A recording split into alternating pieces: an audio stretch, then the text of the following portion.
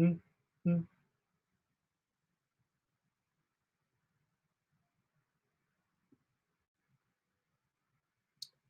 Welcome back to Guide Live. For those of you who are tuned in, hopefully you all can hear me. Oh yeah, you all should be able to hear me. And we're live. Getting just a little bit set up. Happy Friday, y'all. I'm so happy that it's Friday. Man, this week I have been working too much. I work hard, but this week I've been working way too much. So I'm just excited to enjoy the weekend. And to today talk to my awesome guest. Man, if you don't know about this guy, by the end of this episode, you're going to be asking all kinds of questions. You're going to be trying to reach out to this guy.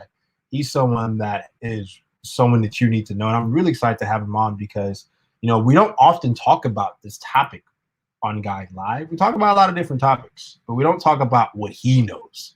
And the person I'm talking to today, for all those who are tuned in, because let's get right into it, is Henry Kaminsky Jr., the brand doctor. And when you hear that, I mean, that just tells you everything.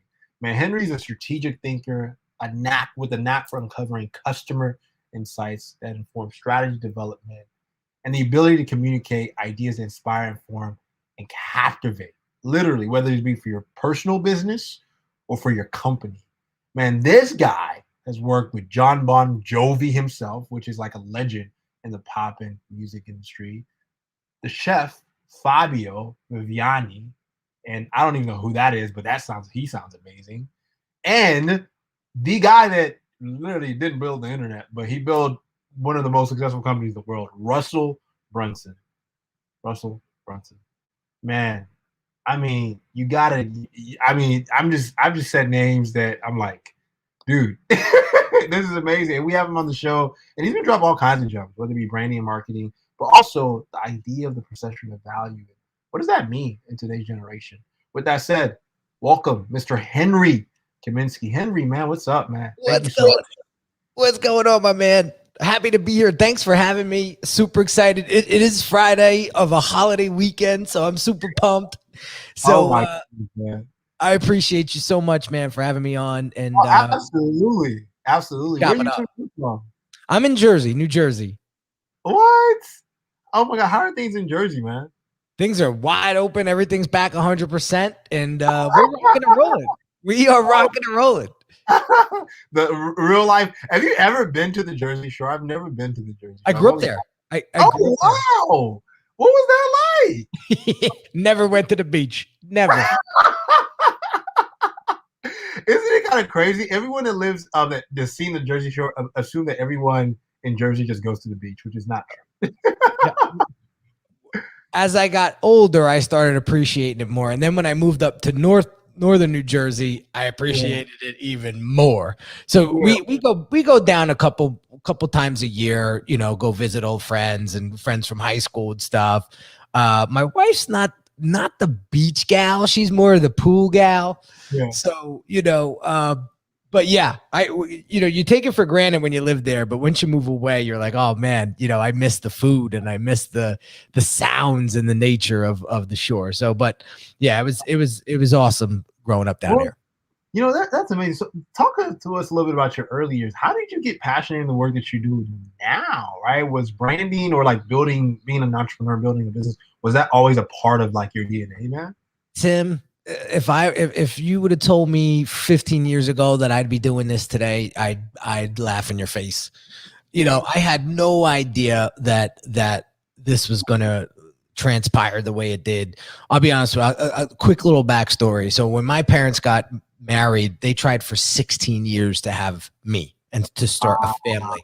And they couldn't. There was issues with my dad and issues with my mom. And I don't know, those two knuckleheads went at it for 16 years. I don't know if I would have had it in me to create a family that much and keep failing like that and to get back up. And so that taught me a lesson early on in life that consistency and persistence and really a desire to want something in your life that bad.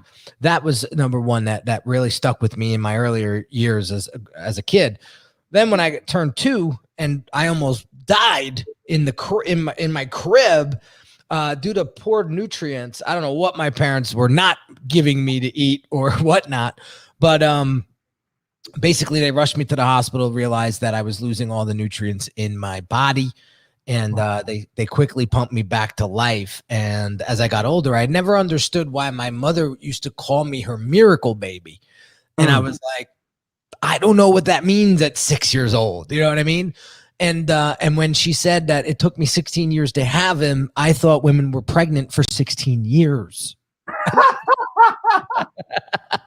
Wow. So this is my thought process as a 6-year-old, right? But as I got older and started to ask more questions and figure out, like, what is my true origin story and what does it mean?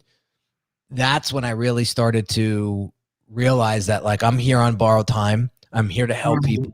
I'm here to make the best out of this life physically while I'm here, and I'm gonna leave a mark while I'm still here physically. And so, as I grew up, I always wanted to have a lot of friends. I always, my mother gave me the gift of gab. God bless her. Right, and you know, loudmouth Italian mom. Like, you can't get any better than that. Growing up, right? She definitely, when she walked into the room, everybody knew. But one thing that I realized was I grew up extremely insecure. When my parents went through, unfortunately, a horrible divorce, it took like 10 years to get through and finalize. I was like 8 years old. So it was a really tough time for me to navigate life because my parents were busy battling this horrible divorce where a lot of things might have fell through the cracks, if you will, you know, from a parenting perspective. And I don't blame them for it. It taught me valuable lessons that, you know, now I have a 4-year-old son and I know what not to do. You know what I mean? But fast forward, I'm still here, and I realized that what happened to me back then isn't going to determine what's going to happen tomorrow. That's so powerful. And that's something that I really embrace, because we have a tendency to live today based on the past. Because I hear people saying, well, you know, this girl dumped me when I was 6 years old, and now that's why I'm insecure when I'm around women, or that's why I have poor dating practice, or that's why I can't do XYZ, is because such and such happened to me when I was 12. I'm like, you're still running that program? You're still running that play?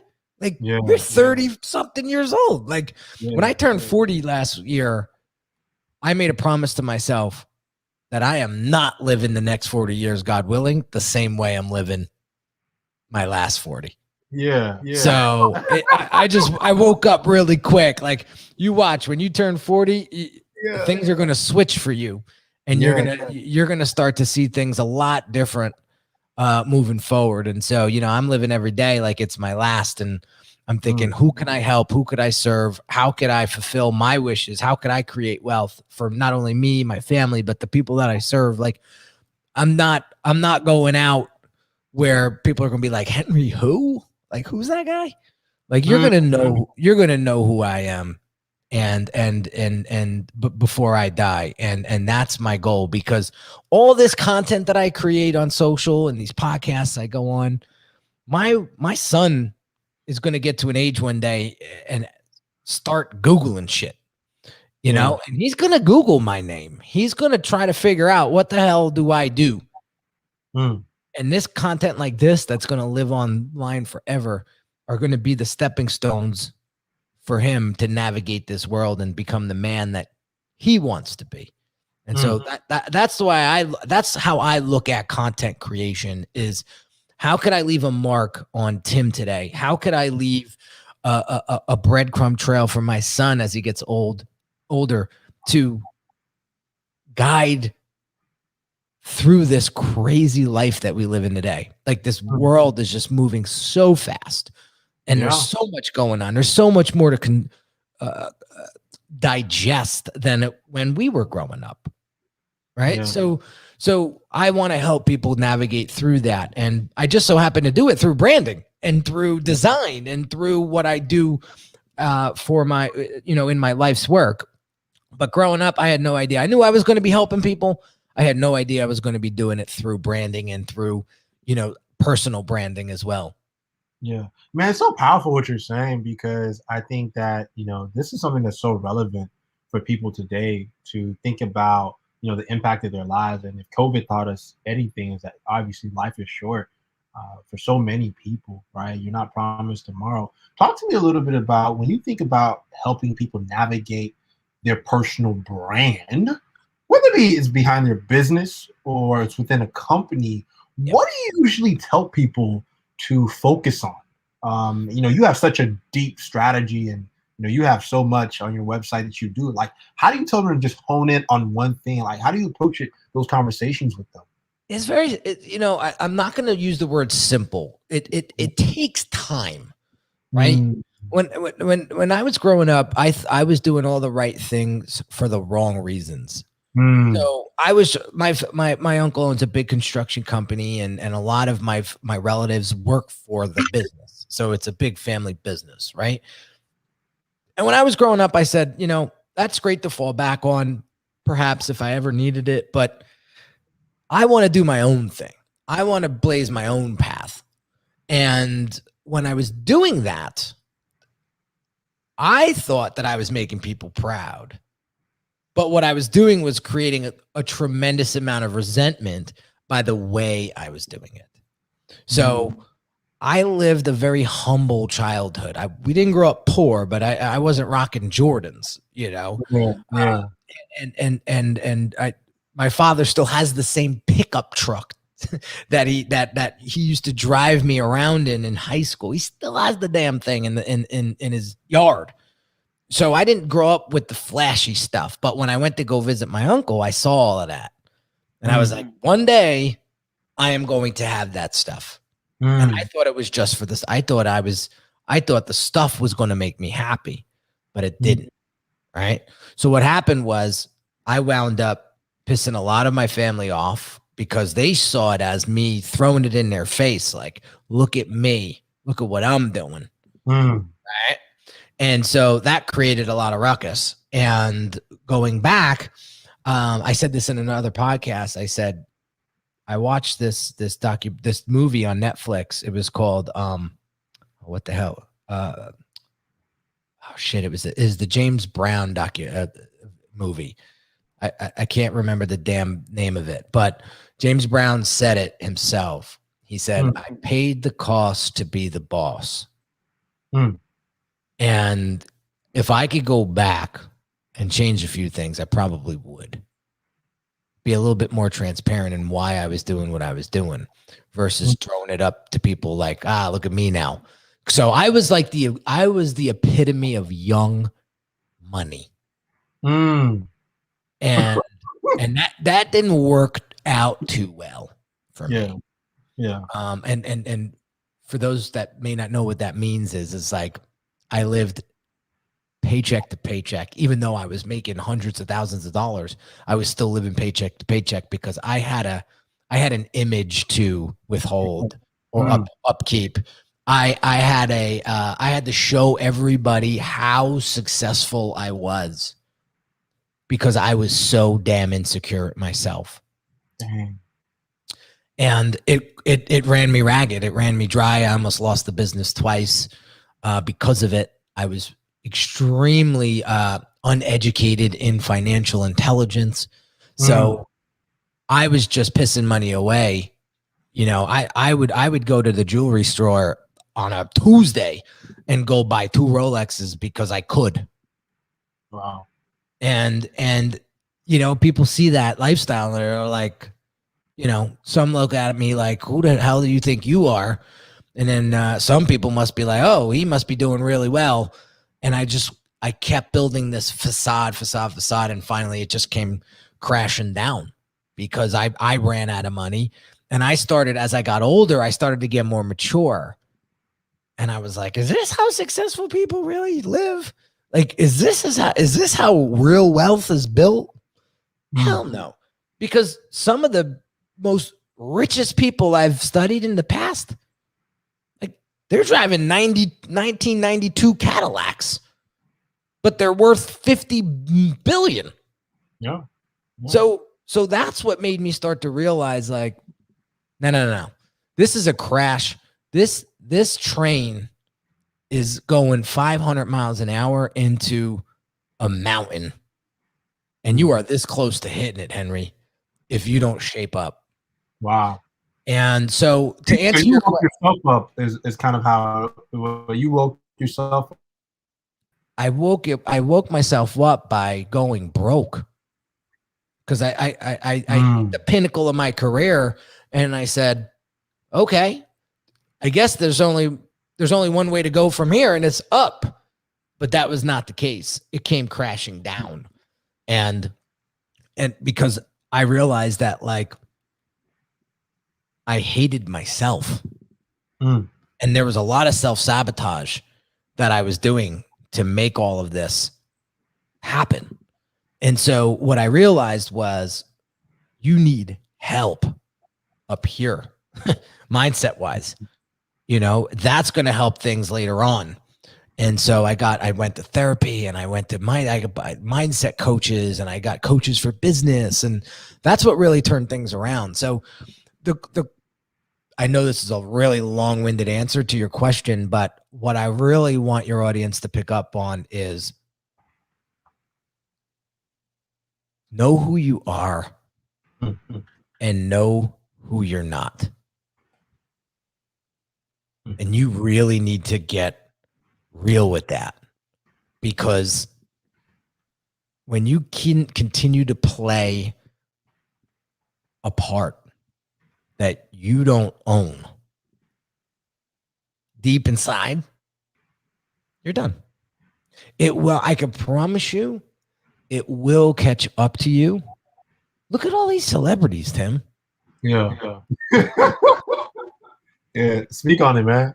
Right? Like, look at all these celebrities. Like, I have a few celebrity friends. I have a few celebrity clients. Yeah. And a couple of them they can't even go outside their house because they get bum rushed, or they feel like all the success is more of a torture than it is a blessing. Like, why are you not happy? You worth 20 million. Yeah. Like, what? Like, and they were like, walk in my shoes for a day. You'll see. You'll feel it. So, but the ones that I truly feel are really living the dream are the ones that are grounded inside. So when I talk to clients, I'm always saying, at the end of the day, branding is an inside game. It's not an outside game.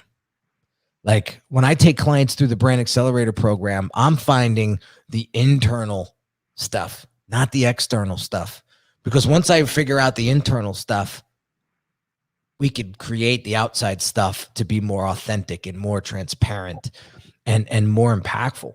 So that's branding at its core. It's and the best definition I ever heard about what branding is was from Martin Neuheimer, and he said, it's a gut feeling that people get about you, whether you're a product or a service or a personal brand or a business. So my question to you guys is, how do you want to be remembered? How do you want to show up? What do you want people to say when you leave the room? You've heard that quote a bunch of times already, but that's the question, right? And is your actions matching up to what it is that you want to portray or you want to live? See, I wanted to live this luxury lifestyle, but I didn't want to put in the work.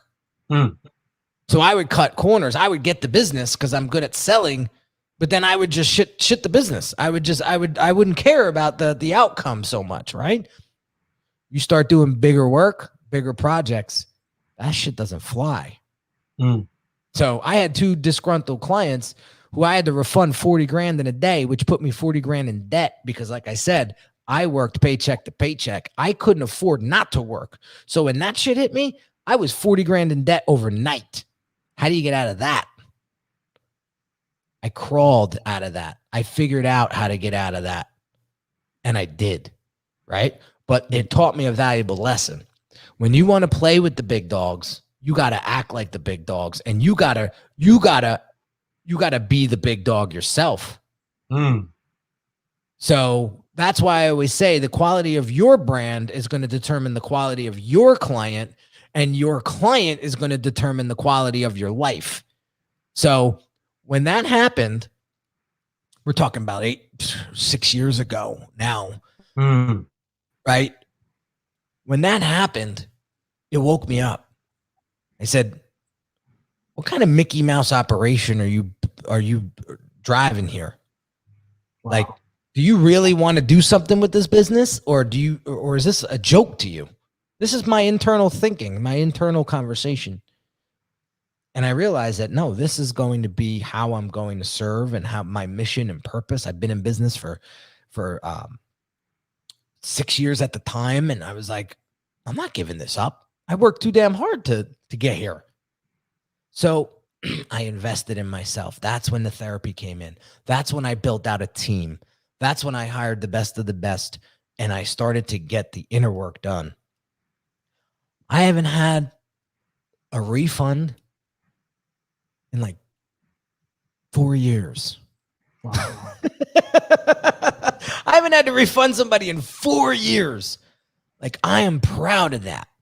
So those are some of the things that we need to think about. And we could talk about, how some of my clients have gone through some of the worst of the worst, and how they were able to kind of get through all of that through my help. Because I think one of my clients said it best. He was like, it's not, when I was looking for somebody to help me build out my business and my online presence, I knew that I was not the one that's going to be able to do this alone. And that I need to figure out who is going to help me. Not how am I going to get this done, but who is going to help me. And when you refocus your attention on who, not how, that's when people start showing up in your life. Wow. Man, you are and make sure you check out uniquedesigns.net and connect with the man himself. Man, Henry, I want to, this is to kind of cap off our talk, man. If there's, someone in your life that you say kind of left gave you the most important lesson, who would that be? What was that lesson? Well, I wish I could narrow it down to one, but I have to say that there's two people in my life that have really made a huge, huge impression. And one, it's my father, and the other is my uncle. My uncle, dropping out of high school at 10th grade to going on to becoming one of the top 50 most powerful people in New Jersey, to running a $300 million construction company, to getting a children's hospital named after him, and to achieve the success that he's achieved, I realized that anything is possible. Okay. However, there's a cost to it all. And knowing what I know now, I don't know if I would want to risk all of that to get to that level of success. We're talking about major, major family sacrifices. And I'm just not too sure that I want to do that. Okay. So, but if it wasn't for him, I wouldn't know what would be or what could be. Okay. My father, this guy was a mechanic for 33 years for UPS, and rose up into, he became one of the top liaisons between Teamsters Union and UPS.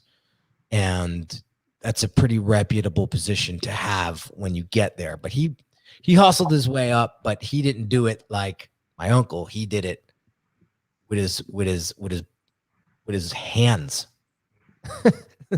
So he taught me a tremendous work ethic, and he taught me he taught me that you have to work hard to get to where you want to be. And my uncle busted his ass too. I mean, this guy was he was building sidewalks, back in the 60s and 70s, until he started building highways. I mean, this guy really worked up too. But I guess these two individuals have made a huge impact in my life, because I think if it wasn't for the two of them, I wouldn't have the work ethic that I have today to be doing what I'm doing. And I see people hustling out there these days, but it's always like cutting corners. And I'm like, you can't cut the corners. I mean, it's the quickest way to die. And so we are like we're an endangered species when it comes to work ethic. And what I would want to see going forward is more people realizing that you can't cut corners. And if you want to build wealth in your life, that it's going to take a lot of work. And the difference between you and the next person is that work ethic, is that expertise that you specialize in, right? I want to make sure that we stay on point on regarding the conversation. Like the biggest thing that I would want to share with everybody is people are going to pay you a premium. They're going to pay you 10 times more money if you're known for something than if you were just a generalist. Like I see this all the time. Like, oh, I'm a social media expert. What does that mean? And that's like social media is anything's media, right?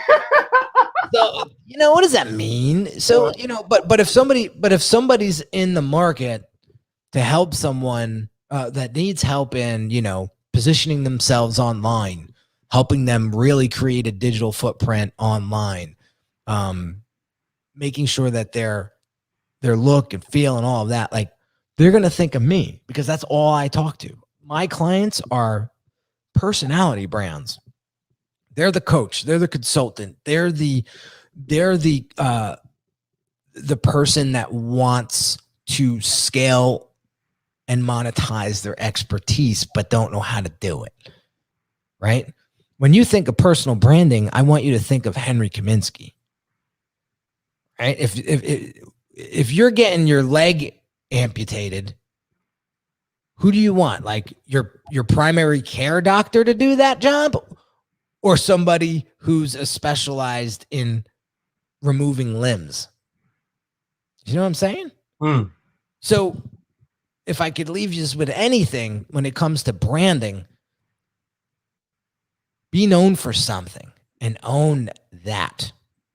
Right? And specialize over generalize, because you're going to get paid a hell of a lot more you're going to build that respect a hell of a lot more when you actually are a specialist in something. That's so powerful, man. Does that make sense? That makes sense, man. I think a lot of people, when they think of specialization, they often think, well, I can't just focus on one thing. Specialization it can go from it can look differently. Even for me, I often think of, a lot of people know me for my thought leadership around the future of work, but that doesn't mean I only stick to talking about the future of work, because nested in the future of work is also, the importance of building a personal brand for yourself, right? But future of work is a very niche category, right? So, you often have to educate people that, just because you're focusing on a niche doesn't mean that you can't talk about what you authentically believe in, or that people can't know you for the other things that complement that niche as well. You know what I'm saying? So I definitely can relate with that, Henry. Yeah. It's so important to understand. Let's talk about the future of work. Yeah. Where do you see the future of work going in 2021 and beyond? Yeah, man.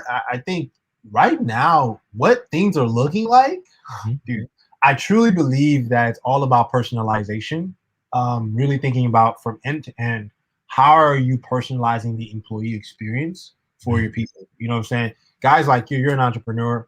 I'm an entrepreneur. We have a very small team within Guide. we're gradually growing day by day. But the reality is that I'm so laser focused on what does our team want the experience of every employee to look like. But the reality is that it's not a one size fits all thing. Every employee is different. I mean, we have people that are living in Indianapolis, people who are traveling to LA and Burbank. Often I travel every single day as an entrepreneur, or I'm always on the move. So my employee experience is like, I'm going to go get it, right? But we also have a teammate who's in India. Her experience is more like she's often living with her mom and her dad and her brothers. So she's often at home, right? Spending time with them. So like, I have to think of those kind of things as a leader and say, okay, am I creating the guardrails and the guidelines from a company standpoint to ensure everyone has like that personalized feeling, but at the end of the day, our virtues and our culture doesn't change. And I think it's feasible, but when you're a big enterprise company, it's really hard to maintain consistency and a focus on the culture, man. Yeah, you know how you do that? I've studied, I had my master's in business management, and one of the things that I picked up along my studies is that if you really want to build a strong culture and keep everybody on the same purpose and the same mission and the same vision, is hiring based upon values versus hiring them based upon skill set. I'll take a B, and you may think I'm crazy for this. I will take a B or C level skill set person that has the same values I do than an A level skill set person that doesn't. Because that to me is a much bigger risk than finding somebody that's aligned with our values. So that's how I've built my team. We have like 14 people working for me now, and over 4 continents. So we're not local. Like I have a virtual team. That's why when COVID hit, it didn't really, I was like, COVID, what? Like I've been working remotely for 10 years. Like it didn't even phase me really from an operational standpoint. But, not to say that it didn't impact others. I mean, there was a lot of my clients got hit bad, and we were there to help them, of course. But I'm not dumbing down the pandemic too. I just wanted everybody to know. A lot of my friends lost their businesses, and it's very sad. However, getting back to culture and building a team, I've had the same team for 5 years now because I've hired them based on the values that they live their life on, not by how good they are. And you know what happens? When you do that and you give them the resources and you invest in your people, they eventually become A-level skill set people. Wow. So, it's investing in human resources is key. Like you're never gonna get to that next level by yourself, man. I'm sorry to say, like the hashtag self-made doesn't make sense to me. Like I love Rick Ross. He's one of my favorite rappers, but bro, you're not self-made.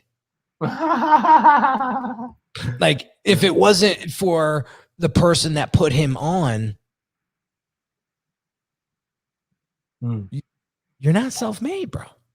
That's why I don't realize, and I don't recognize that term. Like you're not self-made. I'm not self-made. Yeah, I built my business, as a personality brand, and as I started as a one-man band. But like, if it wasn't for my coaches, if it wasn't for my team, if it wasn't for my clients that believed in me, like I wouldn't be here. So like, it's just something to think about. It's just something to think about. Self-made. What's self-made mean? It's not self-made. You're hilarious, man. Man, it was great having you on the show, man. I appreciate you too, man. Listen, man, I could talk to you forever. I could talk to you forever. Oh man, we gotta have you back in the future, man. What do you think, man? Oh, dude, I'd love to, man. And I do a show on YouTube every Monday and Wednesday at 2 p.m. Eastern. Be on, man. Yeah, man. I'm thinking like we have. So I co-host it with some people every once in a while. One of my clients is actually trying to get better on video, so I said, "How about this? How about you start co-hosting with me? I'm going to throw you right into the ring of flames, and we're going to coach you up real quick, real fast, live. And so we do some cool stuff like that with clients. And so, yeah, I would love to have you come on the show and chop it up with us and talk about the future of work and what people need to do to level up their standards and level up their skill set and expertise to get paid what they deserve to be paid. Man, let's make it happen, man. Appreciate you. Talk soon, my friend. All right, man. That was the amazing Henry Kaminsky Jr. Make sure you check him out. Unique Designs. Man, this guy's out here killing it.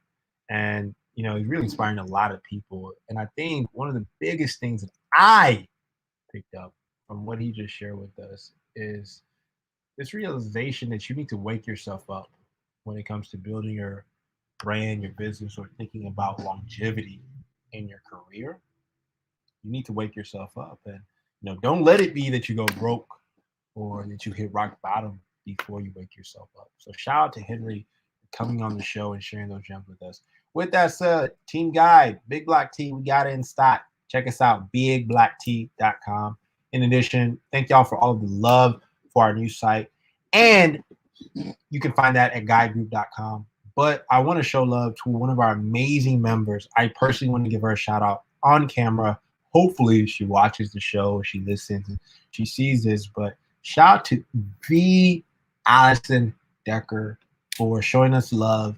We have been building Guide for 2.5 years now. We recently passed our birthday anniversary. And Allison, she is one of our top MVPs members. She does one of the nicest things someone can do for a company. And this is, we're a business here, y'all. She sent us cake. So shout out to Allison Decker for sending us cake, giving her a personal shout out. Follow her on Twitter and all of her amazing musings on her life, law, and what's it like to just be awesome. She's pretty awesome. So check her out, Allison Decker. She is super active on Twitter, and she's one of our favorite BBT Mafia members. So shout out to Allison. All love to Allison. Check her out. Allison Decker 10 is her Twitter. Allison Decker 10. Allison Decker 10. Check it out. All right, y'all. For our next guest, I won't tell you who that is, but make sure you hang around, tune in, and jam out with us. All right. Be back, y'all.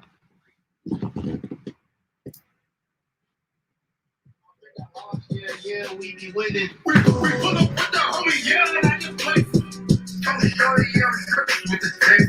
We pull up with the homie, yeah, and I just play. Tell me, shorty, yeah, I'm stripping with the tape. We pull up with the homie, yeah, and I just play.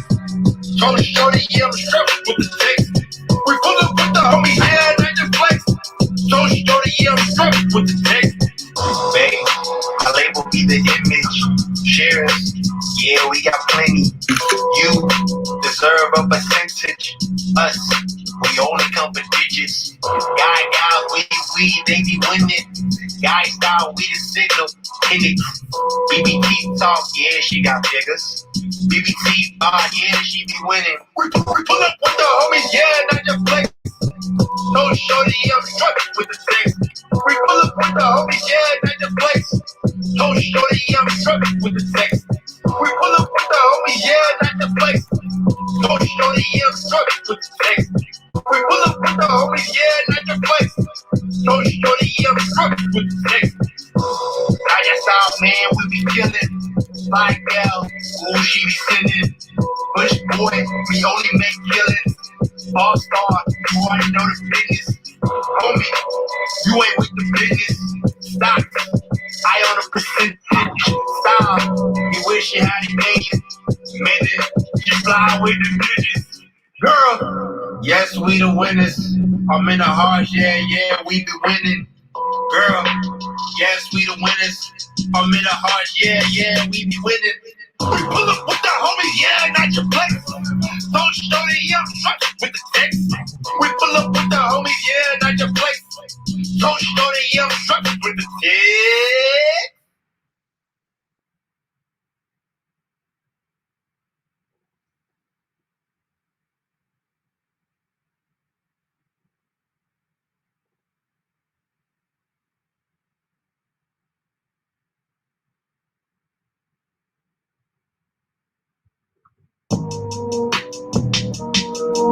Turn me up. Turn me up.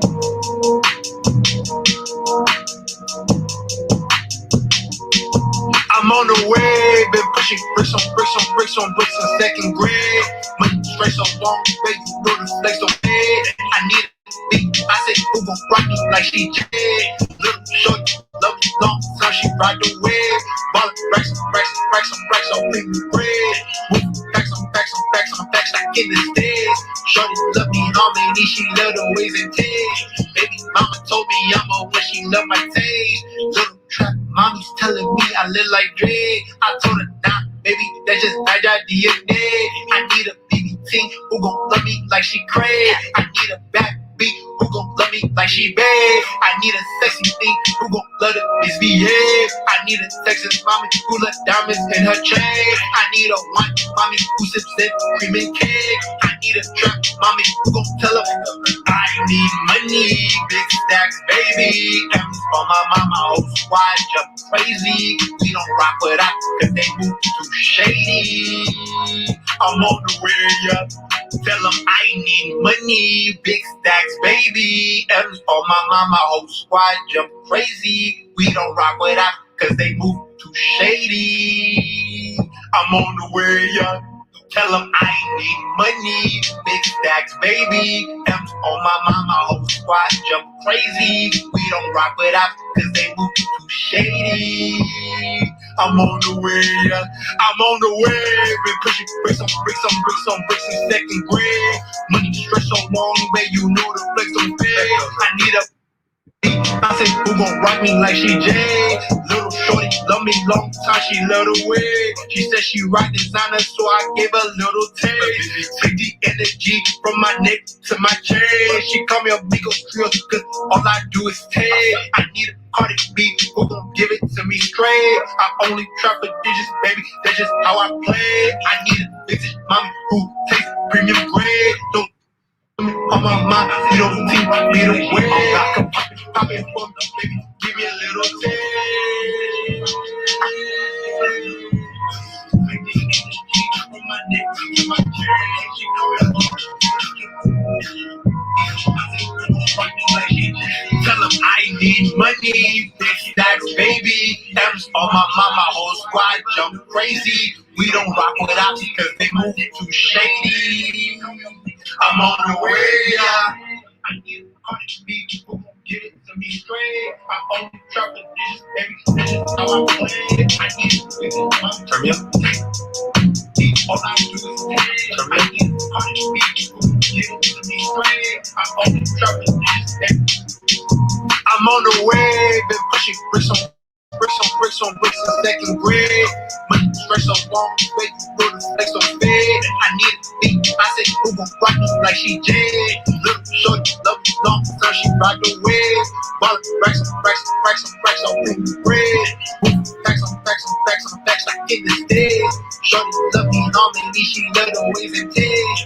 Baby mama told me I'm a when she love my taste. Little trap mommy's telling me I live like Dre. I told her nah, baby, that's just not your DNA. I need a BBT who gon' love me like she crave. I need a bad beat who gon' love me like she bad. I need a sexy thing who gon' love to misbehave. I need a Texas mommy who let diamonds in her chain. I need a wine mommy who sips that cream and cake. I need a trap mommy who gon' tell her I need money, bitch.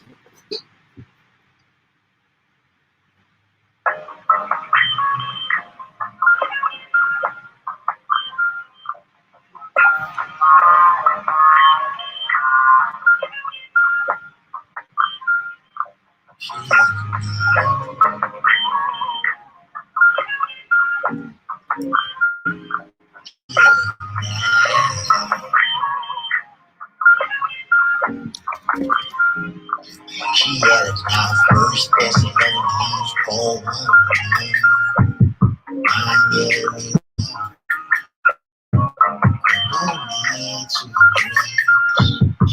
I love that is good. First Thessalonians 4:1. Baby on the phone, she's crying. I see that light is red. First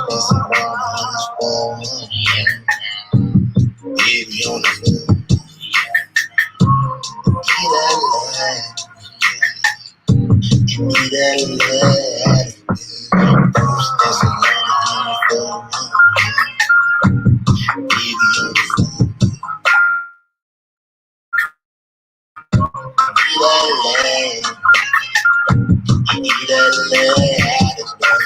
First Thessalonians 4:1. Baby, on the phone. Shawty, you are. Baby, your love. Birthdays, for baby, you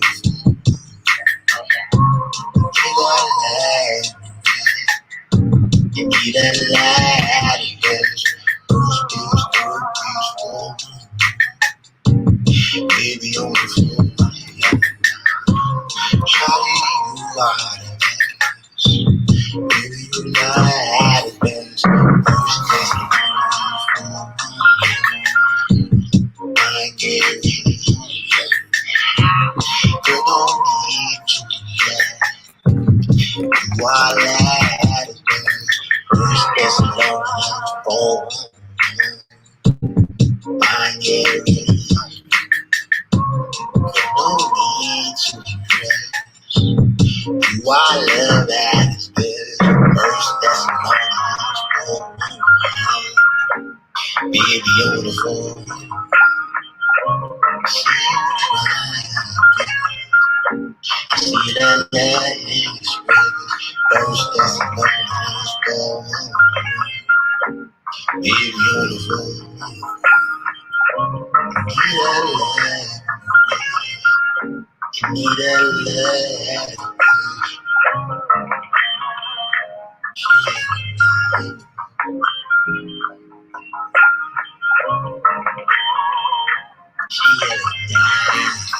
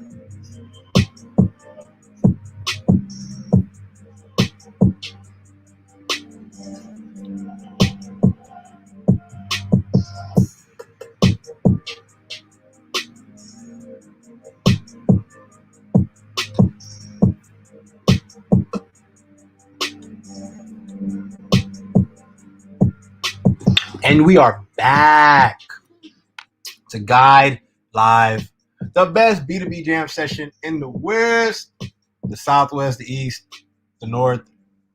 Hopefully, out there wherever you're at, because we do have an amazing international and global audience.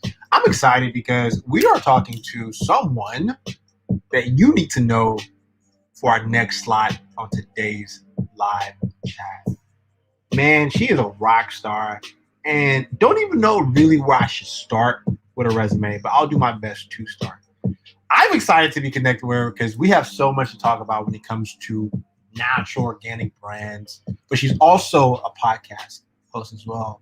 Diana Frick, and she'll let me know if I didn't say that correctly. She didn't give me a chance to practice, but I can in the future. But she has been in the space of marketing and sales for so long now, 20 plus years. She is the chief sales and marketing officer at Retail Voodoo, which is a resourceful, insight-driven marketing agency. And, you know, she's been doing so much to really kind of help brands think about the future of how do you build relationships with your customers, right? How do you stay authentic? How do you stay organic?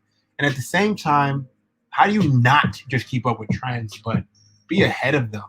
No matter what, she's worked with Nike, Giving Attentions, Essentia, Pro Bar.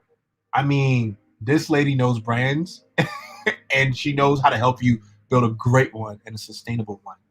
With that said, let's welcome Diana to the show. Diana, hey. Hey, I am not hearing you, my friend. Oh, can you hear me now?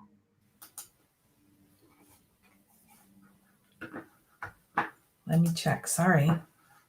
This is a bummer. I'm so sorry. Oh, no worries, no worries, no worries. While you get that fixed, we'll just engage the audience. Here we go. We're good. We're good. We're good. I'm so sorry. Awesome. No worries, no worries. How are you doing today? I'm doing fine now. Sorry. Too much tech on my desktop, apparently. Right? You know, technology somehow never works when you need it to the most. Nope. It's kind of never. All right. Where are you joining us today from? I am in Seattle, and it is no longer 110 degrees here, so that's pretty great. What? It's been 110. So I used to actually live in Seattle. It's been 110 degrees in Seattle lately? It was, I live over by the University of Washington, if you remember where that is. It was 108 degrees on Monday. Wow. It was brutal. It was so bad. I know it. So Diane, talk to us a little bit about, you've been in the marketing space and branding space for so long now. Yeah. Did you start out in Seattle, or is your journey kind of taking you everywhere? Pretty much been in Seattle. Well, my whole life. We moved up here when I was a kid, and moved up when I was in grade school, and I pretty much lived here my whole life for the most part. And I thought I was going to be something else than what I'm doing right now. I thought I was going to be a computer programmer. And that I got wooed into a marketing department. I was working for a very large insurance company, and I was programming in the actuarial department, which is its own story in and of itself. And I'd worked some magic combining different types of the company together that I basically automated my role. So I went from having a job to not having a job. It was my fault. And the marketing team said, "We like what you did over in the actuarial department. Can you come into our team?" I joined the marketing team, and the rest is history. Wow. Yeah. So have you always been passionate about working with brands and, and interacting with their products? For me as a company leader and as a business owner, one of the most important things about building a company and a brand is just how you see it serves customers in their day-to-day, how it inspires them, keeps them going. For me, the interest in brand is twofold.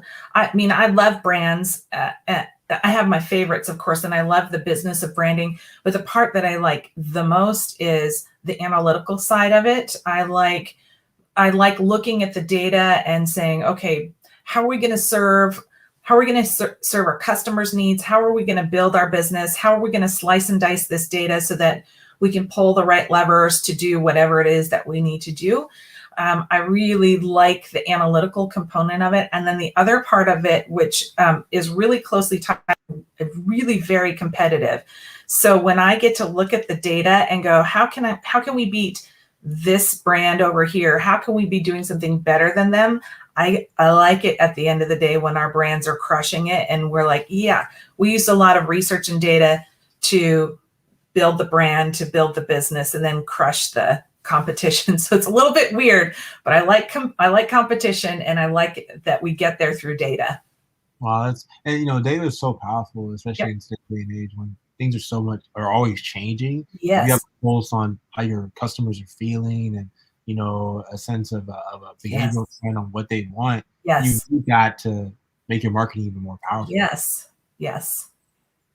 For you, you work with so many amazing companies. What would you say is, what company did you work with that you're just like, I love like working with them, and you all worked on something that, today's day you still remember? Okay. Well, there's a few, but probably the biggest one that influenced a lot of what we're doing now as a business and me as a professional is a project that I worked on back in 1999, 2000, and that was building the brand for Jane Goodall Foundation. And so it was such an empowering project because, of course, Jane Goodall is Jane Goodall. And what you can't get from her, from watching her on a television show, because it's all crafted neatly for movies or television, is the amount of energy and passion that comes from this wee little lady. She's wee. I mean, I think she might be my height. I'm 5'5", but I feel like she's a little bit smaller than that. And when I met her, 20 years ago, she was, white hair. She's been for a long time, pulled back, the same woman that you see on television. But her passion for saving the planet and saving the animals. And then also what you don't hear about a lot is a lot of the work that she does is actually working on saving the lives of the people that live in that area and getting education. So instead of deforestation simply impacting animals, the deforestation is impacting the livelihoods of the people that live in those areas. The earth becomes barren. You can't farm, you can't get water. All of those things. And so we talked a lot about how her work impacts humans as well. It was really hard to walk away from that engagement and not feel like you had a responsibility to continue her work as kind of like an evangelist in some way. And it's impacted the way we do business. Like the reason why we work for Better For You and Naturals brand is most of the brands that we work with are trying to do something aside from simply selling a product. There is some sort of benefit. We're trying to save waterways or help people eat healthier lives or get rid of nutrition or take care of food waste. Really, really fantastic. The work that we do today was absolutely directly inspired by her. Wow, that's incredible. That's Yeah. so incredible. And one of the biggest things I've always loved about her story is just how much of a humanitarian and global leader she is. Yes. Yes. But she's very shrewd. If you talk to her from a business perspective, she knows, obviously, you can't be successful like her on passion alone. Like, she is really, really smart, and she knows what levers to pull, what people to talk about, what to say in order to inspire and encourage change. Very, very brilliant woman. Wow. So talk to us a little bit about, because I see right there behind you, you have Be Kind. Which is a huge marketing principle, I think, for the best organizations, the best brands are kind. I think they have a sense of that. It's a resonance in how they show up to the world. But let's talk a little bit about kind of personal branding. Okay. And I think, how you've been able to navigate your career.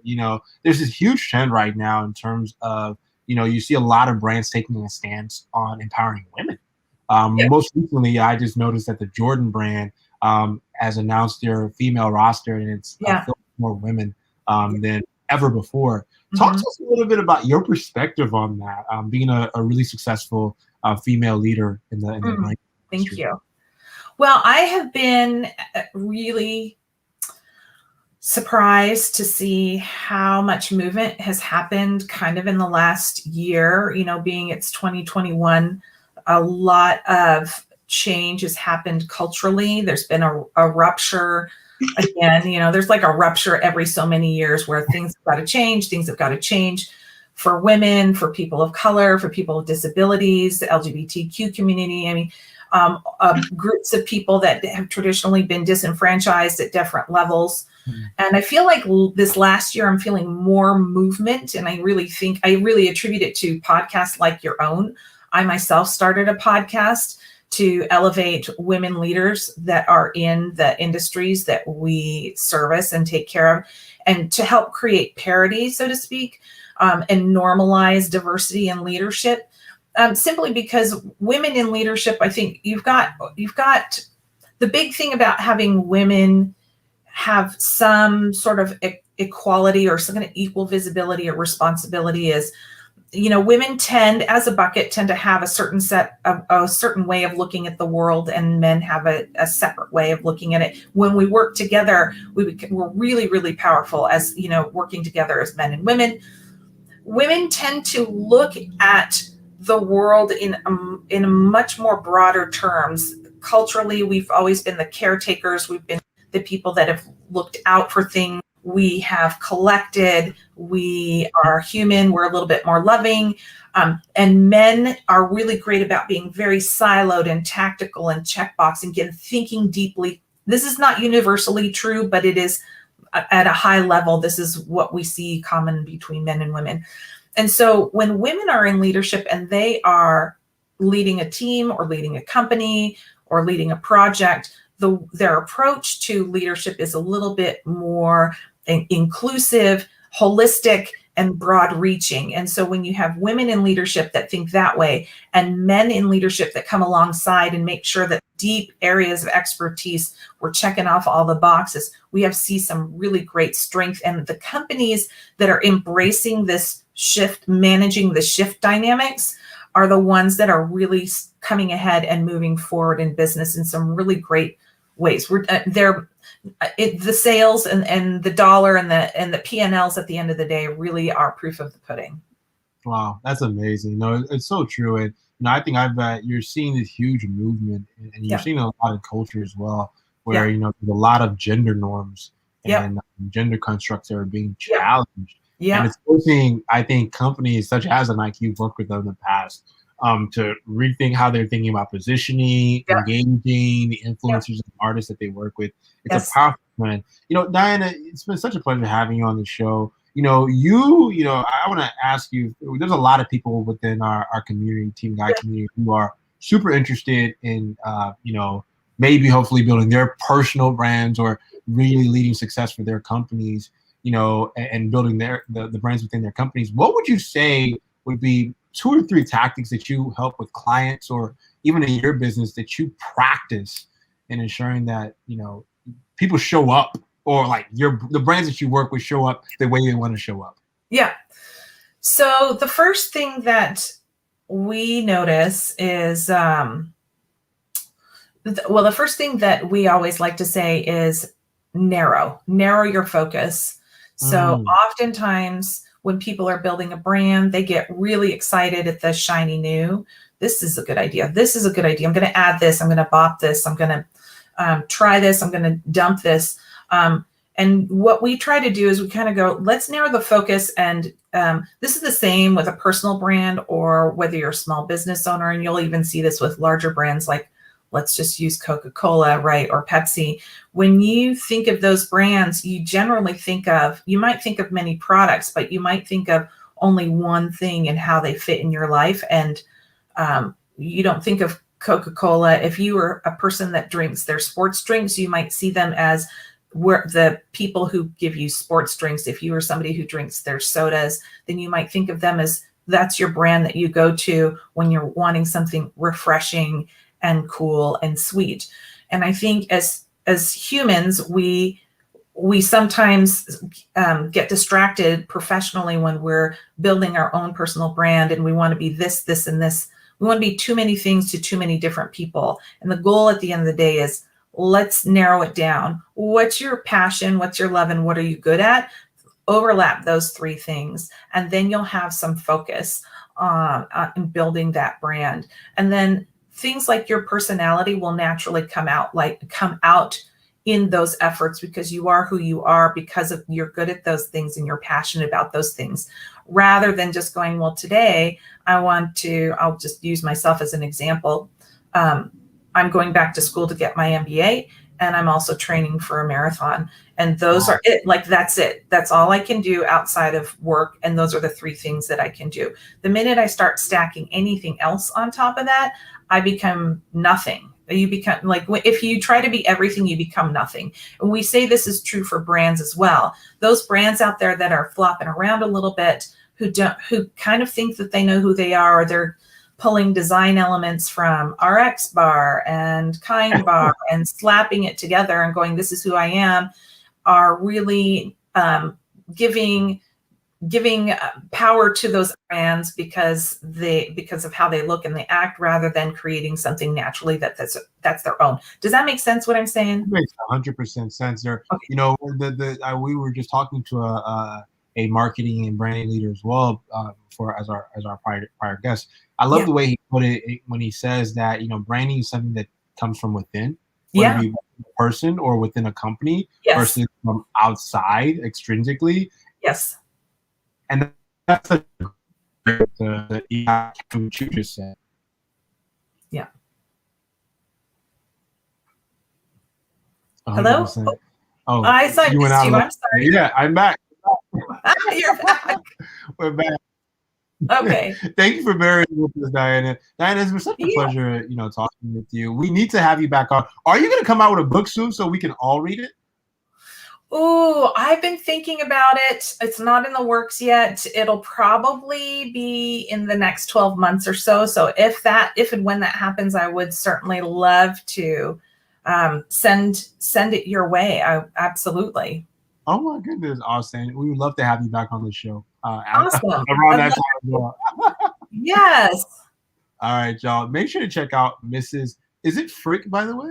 It's Frike, Diana Frike. Mm-hmm. Mrs. Frike, Mrs. Diana Frike. We will be sharing her links to her LinkedIn and her online site in the comments. Diana, it's been a pleasure. Talk to you soon.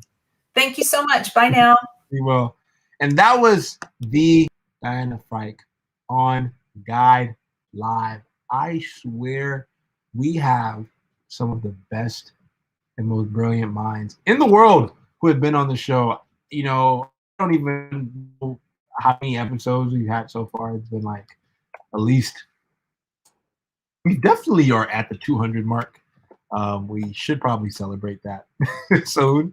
But, you know, minds like Diana and well as Henry are what makes our show special, and are also what makes our community special, because we all get to learn from them.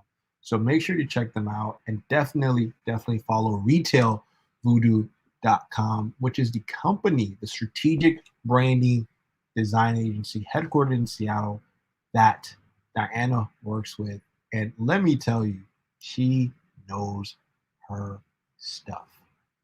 All right, y'all. Make sure to jam out with us next week.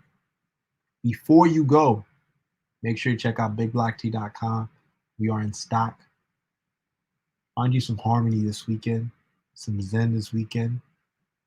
Make you a sweet summer zen tea with you and your family, and just vibe.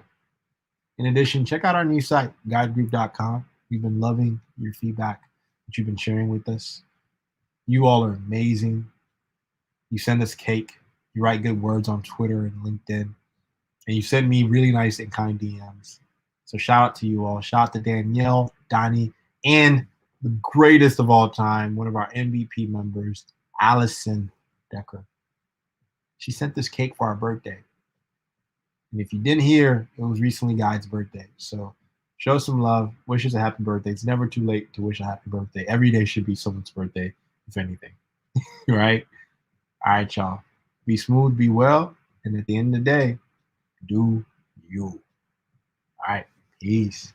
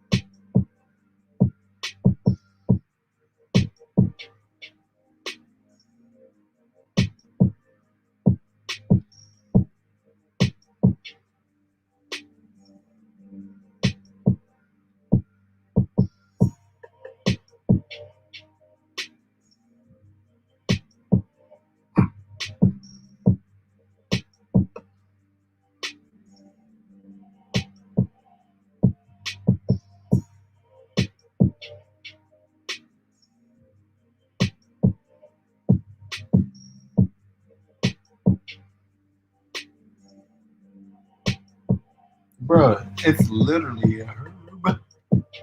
It's a herb. It's a herb. It's a herb. It's a herb. It's a herb. Up, up, up, up, up. Where we going now? I don't understand why you out here acting crazy. It's a lover's night.